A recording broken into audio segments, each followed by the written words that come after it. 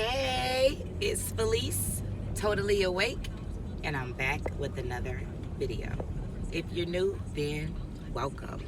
And thanks everyone for tuning in. Yes, I'm right back with another video, right? I just dropped one last night and I'm right back. Yeah, I'm right back because that's how I'm feeling today. All right? Now, I was actually watching the JW broadcast and I was trying to get a little rebuttal together, but I'm still working on that. But, you know, right now what I want to talk about is just what stood out to me the most. That kind of was just like a mouth-dropping part for me that made me drop my mouth open, like, what the hell? You know what I'm saying? So I'll just share my thoughts on that one part. So I'll play a little clip of Splane and him splaining.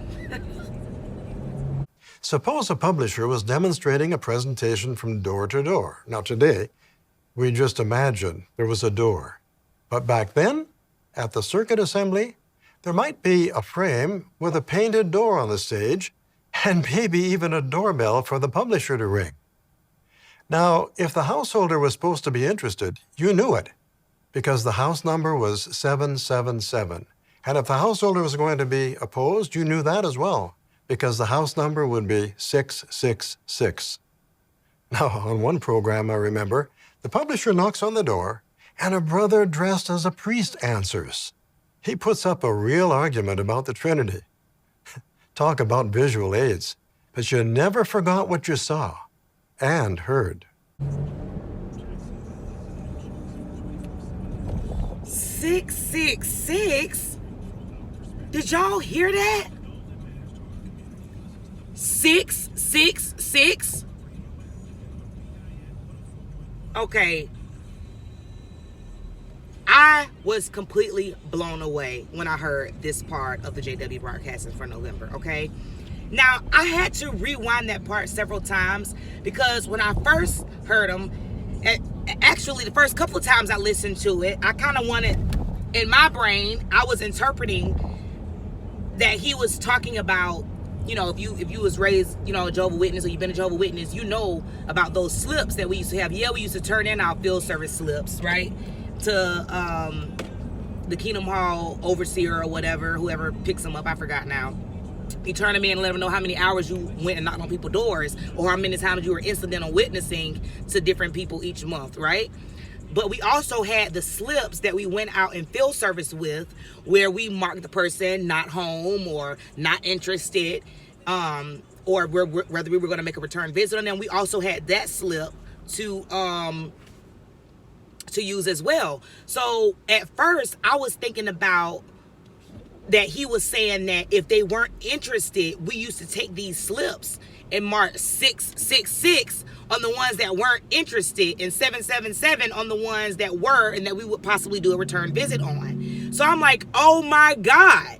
We used to mark people. So I'm thinking that me too, that I used to be marking people 666 because I can't remember what numbers and what codes we used to put on there. Shoot, we probably was marking them 666. I still don't really know what we used to be marking on that slip when people, you know, wasn't interested. We probably was writing 666. Somebody help me out if y'all remember them slips that we used to have, okay? But that doesn't even matter. I can't remember what we used to be writing on the slips, but just when I did comprehend, because then sometimes I'd be a little slow. I just wasn't really paying attention to the whole thing, and like I said, I had to listen to that part a few times to get it. But you know, it's still crazy. It's the same thing basically. Yeah, you're not saying that. I felt, I guess, worse because I thought that I was writing people 666, marking them off as the devil basically when they weren't interested. But, you know, he wasn't talking about the slips, but he's basically saying the same thing. He's talking about a demonstration that they would use at the conventions back in the day, and that, you know, you would have the whole setup on stage, and you would have somebody pretending that they're interested and somebody pretending that they're not interested, and you could tell who was interested, which householder was interested and which householder was not, because the householder that would be interested, the house number would be 777, and then the householder that would be opposed, their house number would be 666. How do you throw these numbers around like this? First of all, y'all using angel numbers. Y'all not supposed to be into astrology and stuff like that, but that's exactly why you can sit up there and say that nonsense to the audience, and they not think that you're absolutely crazy for sitting up there and basically telling them that we marking all these people that don't believe, we marking them 666. That's devil. They the devil. They the Antichrist. They the devil. You know, that's the first thing I think of when I think of 666. I think of Satan. I think of the devil. So if you telling me that we marking the house 666, okay, that's the devil's house. So in the mind of Jehovah's Witnesses, you got them thinking that, okay, so anybody that's opposed to our teachings, they 666. But in their mind, they just thinking, okay, it's just numbers. You know, they're not into superstition. Even if they've heard of 666 meaning Satan or the devil, they're like, oh, we're not into superstition. No, you need to take a look at it. Take a look at that. Because why use 666? Why are you just throwing 666 around like it's cool? No, those numbers 666 represent something. The devil, Satan. And that's what you're saying, that anybody that's opposed to your teachings, who they represent, the devil. And I don't think it's right, man.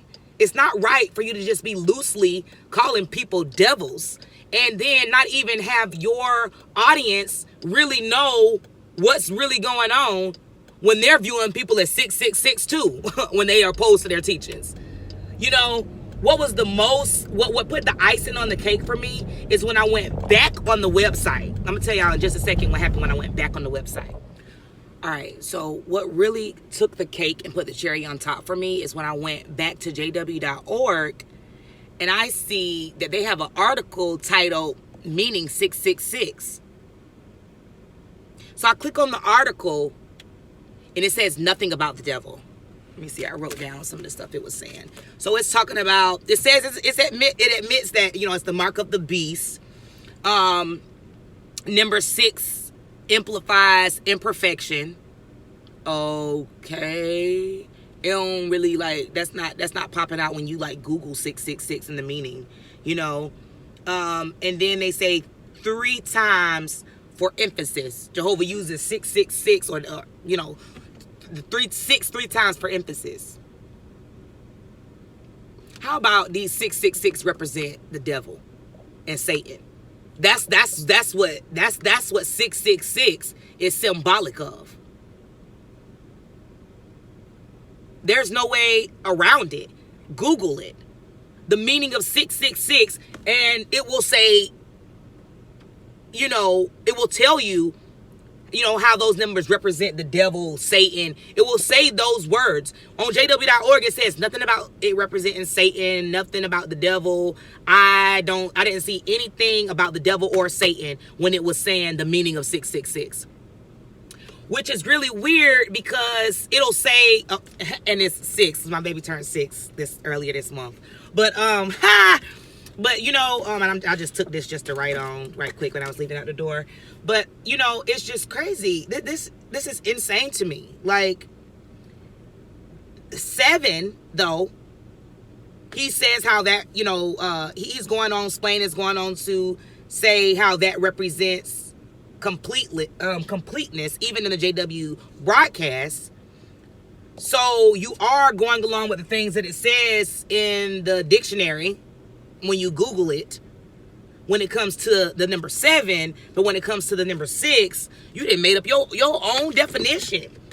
You done made up your own definition of the number 6. What the heck?